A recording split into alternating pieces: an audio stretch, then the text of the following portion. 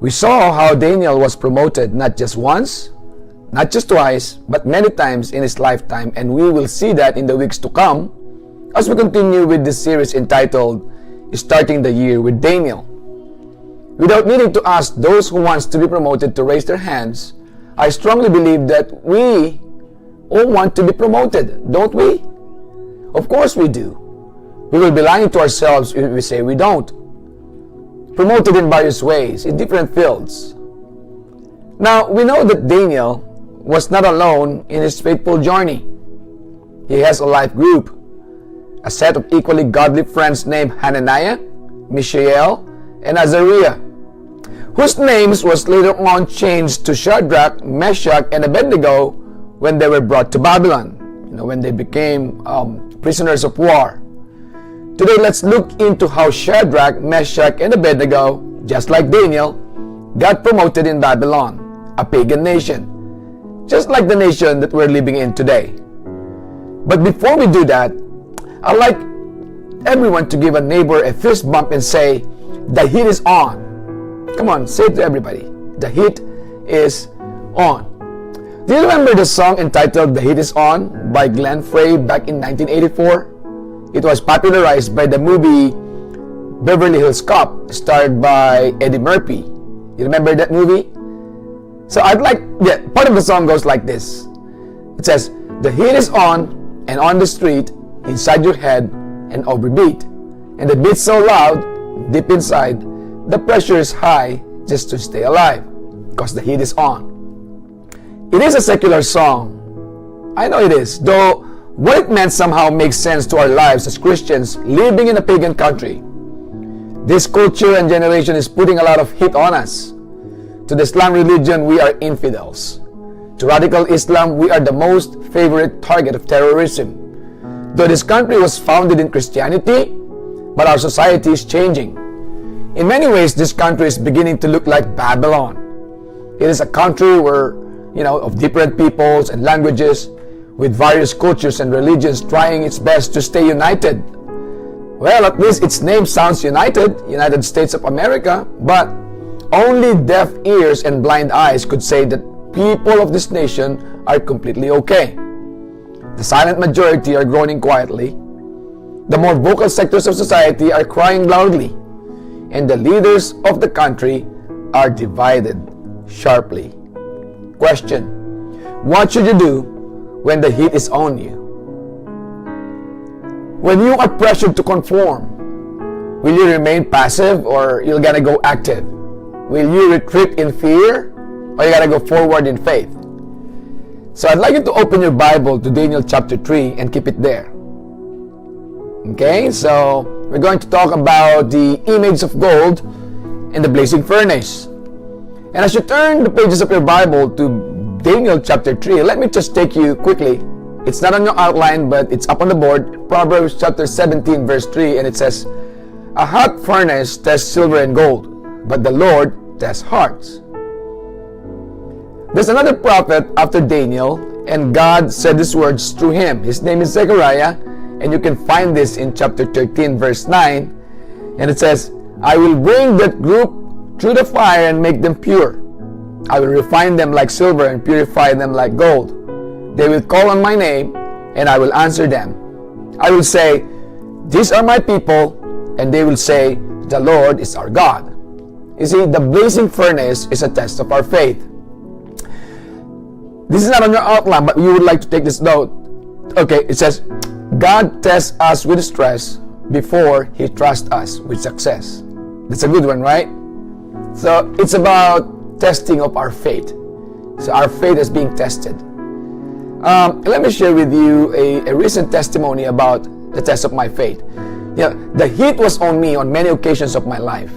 When I was still as a government official back in the Philippines, many times my faith was put to test. Situations that involves huge sum of money and enormous amount of power. But what I'd like to share with you today as testimony to God's faithfulness to those who trust in Him is the very recent test of my heart by the Lord. The enemy knows my weaknesses, our weaknesses, and keep in mind that the enemy will attack our weaknesses more than our strength. Of course, he would like to always attack us on areas where we are weak. Collectively, our strength is dependent on how much the weakest link can hold. What do I mean by this? If you remember the game show back in 2001, do you remember that game show entitled Weakest Link, where a group of people as a team, they're going to compete, and whoever is not performing well, so the team has to vote out, that person to be the weakest link, and say if they were voted out, a person is voted out to be the weakest link, and they would say, you are the weakest link, goodbye. So that it was. So what I'm saying is, even in a church, even in a family, in whatever organization, in a company maybe, or even in the army, so the strength of a group like a church is dependent on how the weakest link can hold on to. If the weakest link would snap, the entire organization would snap. So that's how it is. So let me go back to that testimony that I would like to share with you. Out of respect to the people, to the actual people involved in this story, I will be using fictitious names. Is that okay? So because I don't have their permission to reveal their identity. So early this week while I was Uber driving, I got a ride request from a guy named Rolando. Again, this is a fictitious name. It is not the real name, just to hide the identity of the real person that I'm referring to. So I picked up Rolando and I was driving for him. And his name reminded me of a brother of one of my high school batchmates named Rosalie. So Rosalie and I had a brief illicit affair many years ago. It did not last very long. And so that reminded me of her. And then afterwards, I got another ride request. And this time from a person named Rosalie. And I said, what? You gotta be kidding me. I mean, what are the odds, right? So we believe that things happen for a reason. Nothing is coincidental. Everything is ordained by God. And we believe that. But you're not gonna believe this. On that same day, I got a friend request on Facebook from the real Rosalie out of nowhere after years of no communication. At that point, I know that my faith is once again being put to test. I was in the middle of preparing this sermon when all this had happened. So I know that again, my faith is being put to test. Before I continue with the testimony, let's go back to Daniel chapter 3, shall we? King Nebuchadnezzar made an image of gold 60 cubits high and 6 cubits wide, and it is in the plain of Dura, and 1 cubit is equivalent to 0.5 yards, or around 1.6 feet. So that image made out of gold is approximately 90 feet high and 9 feet wide. Such a very disproportionate structure, it would need some sort of like a pedestal or a base for it to keep from toppling over. By the way, around 2,500 years ago, this is still true today. Though not literally gold images that we are made to bow down and worship, but images such as physical beauty. This society idolizes actors and actresses, the beautiful and the pretty and the handsome. Another thing that this culture adores are the athletes, the most valuable players of NBA, NFL. Another thing that this generation patronizes are the rich people, those who are really rich and famous, like Mark Zuckerberg, Bill Gates, and many others. Another thing that this generation bow down to is the toleration of fornication, no longer putting value of saving sex for marriage. Pleasure also, letting hobbies rob the time for worship, the influence to feel that everything and everybody revolves around oneself. That's also something that people bow down to. Power, to be on the top of the government and corporate powerhouse. Popularity, creating false image of oneself, posting on social media photos and articles that projects an image. Nobody would wake up very early in the morning without brushing her teeth or his teeth, would take a selfie and post it on Facebook. See, or we would like always to post something that is nice, something that's good, because we're trying to project an image that is not actually us. Or, well, this is true to many people. So this is also one thing that people bow down to. Popularity is an image. These are some forms of images that our culture, society, and generation made us to bow down to and worship. So then, King Nebuchadnezzar summoned all his officials to come to the dedication of the image. So the satraps, the prefects, the governors, the advisors, the treasurers, the judges, the magistrates, and all other provincial officials are assembled for the dedication, and they all stood before the image. Then the herald, in other words, the announcer, proclaimed to all peoples of every language that they are commanded to fall down and worship the image upon hearing the sound of the horn, flute, and other musical instruments. And whoever does not fall down and worship will immediately be thrown into a blazing furnace.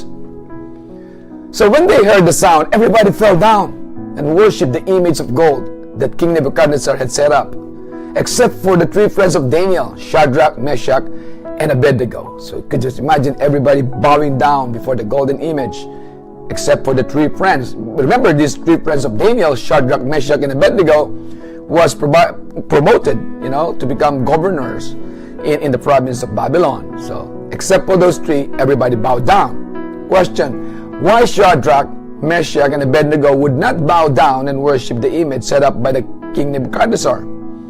Because it is against the top two of the 10 commandments of God. It is the top two.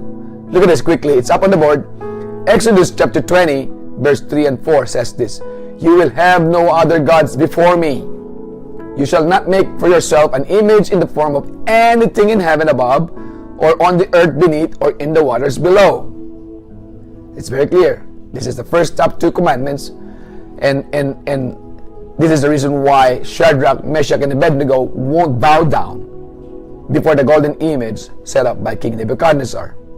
There's nothing wrong with family, with loving your family, and treasuring your work, career, taking care of your yourself, your hobby and leisure. All of these things, there's nothing wrong with that.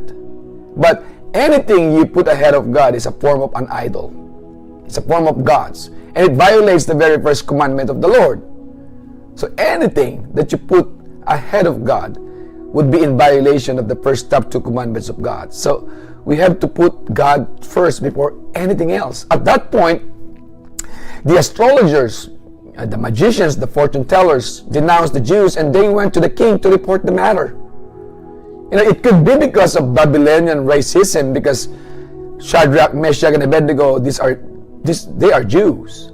Or these wise men are just kissed up to the king because they are jealous and they wanted their jobs. It could be those are the reasons why right away they went to the king to report the matter that the three friends of Daniel, won't follow the command of King Nebuchadnezzar and defied his edict.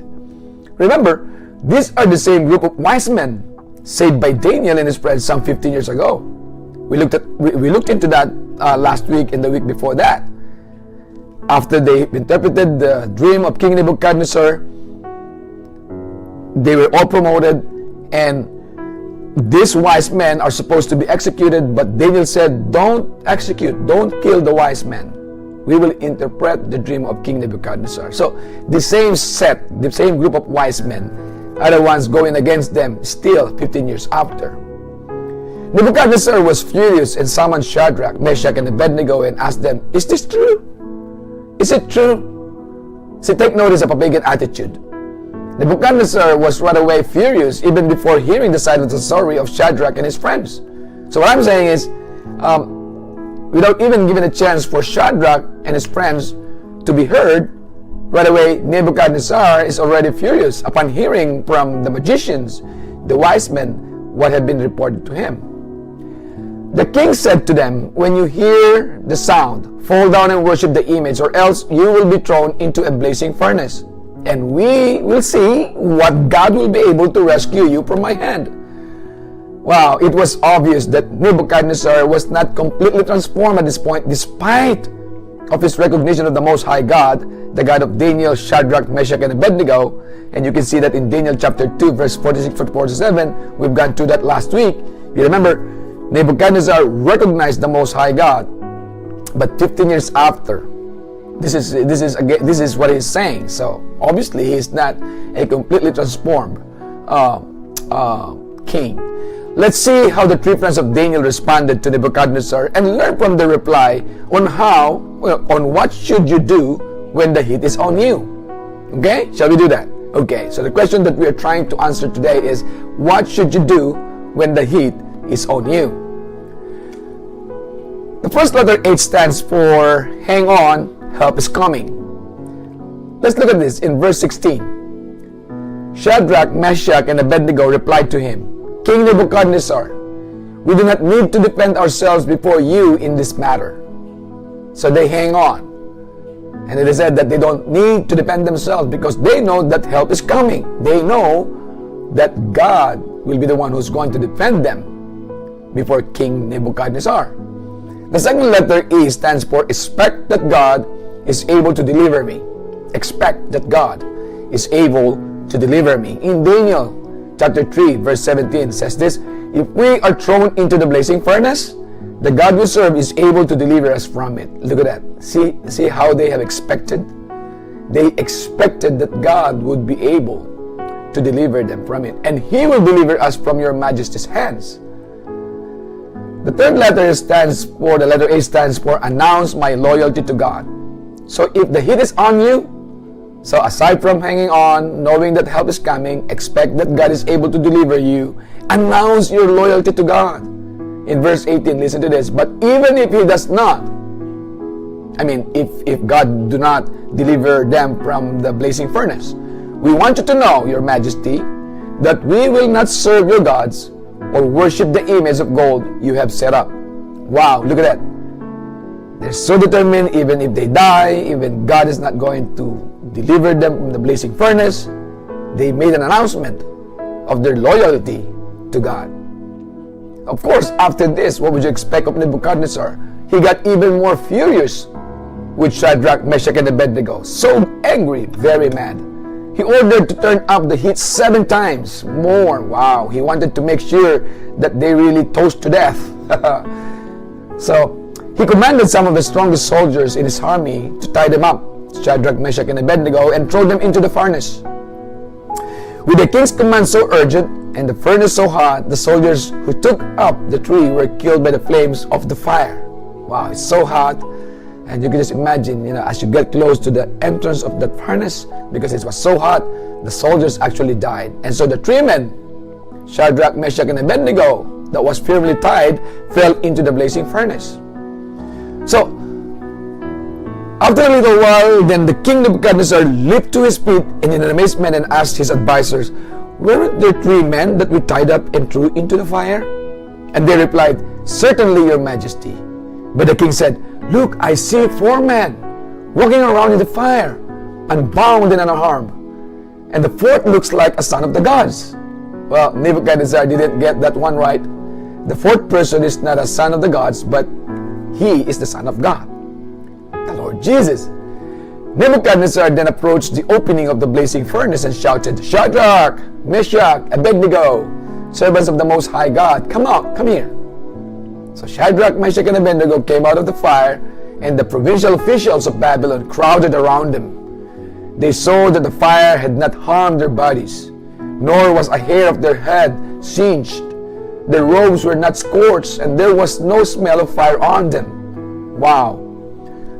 This reminds me of going to a barbecue house. There's this one place in Convoy where my family always goes to. It's our favorite Korean barbecue shop, and it's a buffet. So whenever you go to that restaurant, just a few minutes after you get out, you will right away smell that the barbecue in your body, in your shirt or in your clothes. But here, look at this. They don't even smell the fire on them, on Shadrach, Meshach, and Abednego. Then Nebuchadnezzar said, praise be to God of Shadrach, Meshach, and Abednego, who has sent his angel and rescued his servants. This was the second time that the king Nebuchadnezzar praised the Most High God. The first one, you can find that in Daniel chapter 2, verse 46 to 47. We talked about that a little earlier. We will see in the coming weeks if Nebuchadnezzar, a pagan king, will be completely converted. Fourthly, the letter T stands for trust in Him. When the heat is on you, put your trust in the Lord. In verse 28 says this. In verse 28 says this. Then Nebuchadnezzar said, praise be to the God of Shadrach, Meshach, and Abednego, who has sent his angel and rescued his servants. They trusted in Him. Underline that.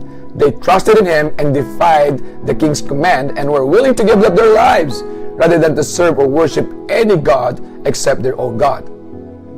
after the display of Daniel's friends' unshakable faith, after this amazing show of courage and commitment, after this remarkable demonstration of trust and thankfulness, the Most High God delivered them through the fire. Then the king promoted them. In verse 29 to 30, therefore I decree that the people of any nation or language who will say anything against the God of Shadrach, Meshach, and Abednego be cut into pieces, and their houses be turned into piles of rubble. For no other God can save in this way. Guys, underline that one. For no other God can save in this way. Then the king promoted Shadrach, Meshach, and Abednego in the province of Babylon. It is in my own sermon, this same message of God, that delivered me from my own blazing furnace, from the fiery desires of my flesh. Without the Lord walking with me through the fire, I could have failed once again. Everyone knows that girls is among my weaknesses, but this time God delivered me from it. Because I hang on, then help came. I expect that God is able to deliver me, and He did. I announce here to you today my loyalty to God, and I kept my trust in Him. Let me close by asking you this question. What about you? What is your image of gold? What is your blazing furnace? It could be your peers pressuring you to conform to their ways. Maybe your classmates, your workmates, or your friends pressuring you to do and to conform to their ways, which is against your faith.